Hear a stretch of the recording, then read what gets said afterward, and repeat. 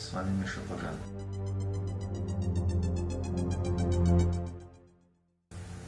В прошлый раз мы с вами коротко поговорили о восстановлении ЛВБХМ, при этом я упомянул о электронной музыке Synthwave, и, как я уже говорил, многие музыканты в этот жанр пришли к нам из метал-сцены. И знаки этого начали просачивать через некоторые корпоратированные элементы. Например, артист John of the Shred играет соло-гитару под саундтрековую аранжировку, создавая при этом атмосферу эпичных босс-битвы.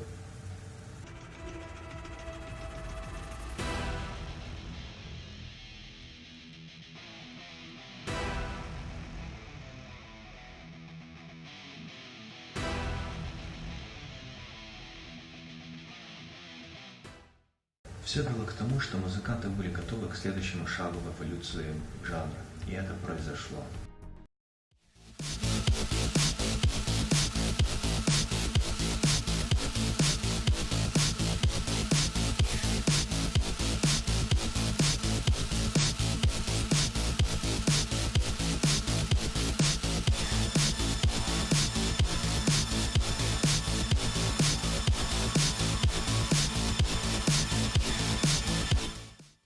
Начиная с 2012 года, сотни музыкантов синтвейва, такие как Carpenter Brut и Perturbator, используют фильмы ужасов 80-х как вдохновление своей музыки. Темные элементы слышатся даже в известных композициях таких артистов, как Ковинский.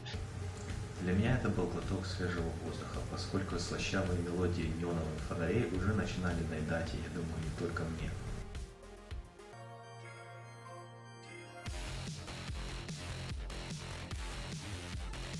Где-то в 2018 или 2019 уже было очевидно, что сформировалась целая сцена для любителей такой музыки.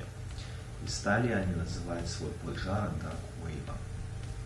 Dark Wave как жанр характеризовался убойными круглыми быстрыми мелодиями или атмосферными звукопейзажами фильмов ужасов, зачастую пользуясь сэмплами из известных фильмов. Очень часто артисты включали в сплав таких жанров, как агротех, индастриал, дабстеп и металл, чтобы подчеркнуть жесткость и брутальность звука. Также нередко ребята дают дань своим корням, делая каверы на известные саундтреки фильмов ужасов.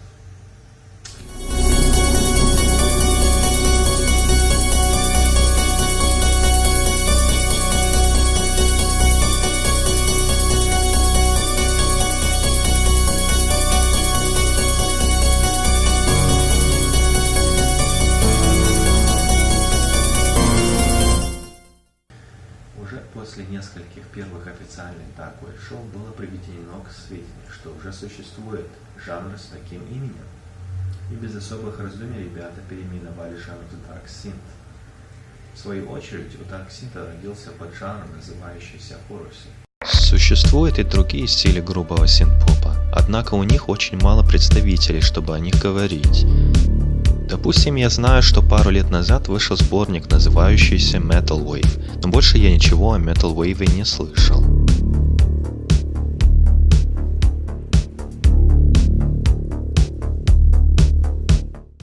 Считается, что отцом жанра является никто иной, как сам Джон Карпентер, который в свое время умело создавал атмосферу для своих фильмов на синтезаторе. Вспомним классику «Туман», «Нечто», «Хэллоуин» и многие другие известные фильмы.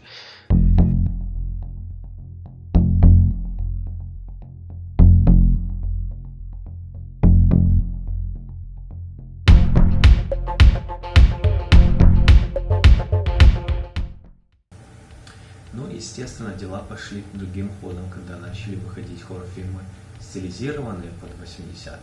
Такие как «Бомж с дробовиком» и «Канун Дня святых». В некоторых слышатся те самые мелодии на синтезаторе, о которых мы сегодня говорим. Напоследок я хотел бы порекомендовать пару альбомов для прослушивания. В первую очередь это гигант жанра Perturbator с альбомом I Am The Night. Если я не ошибаюсь, это самое первое его издание, которое он потом переиздал. Слышатся более темные тона и от мелодии с таинственной атмосферой, которая перерастает в климакс агрессии. Бесспорная классика. Второй альбом это Mega Drive 1980 XAD. Это уже мясо, жесткие эффекты, быстрый темп и грубые мелодии. Очень чувствуется влияние металла и дабстепа. Ну и напоследок Carpenter Brut EP2, который умело связывает саундскейпы хоррор саундтреков с жесткостью и грубостью индастриала. На этом все. С вами, как всегда, был Миша Паган. Надеюсь, у вас есть теперь чем заняться. Пока.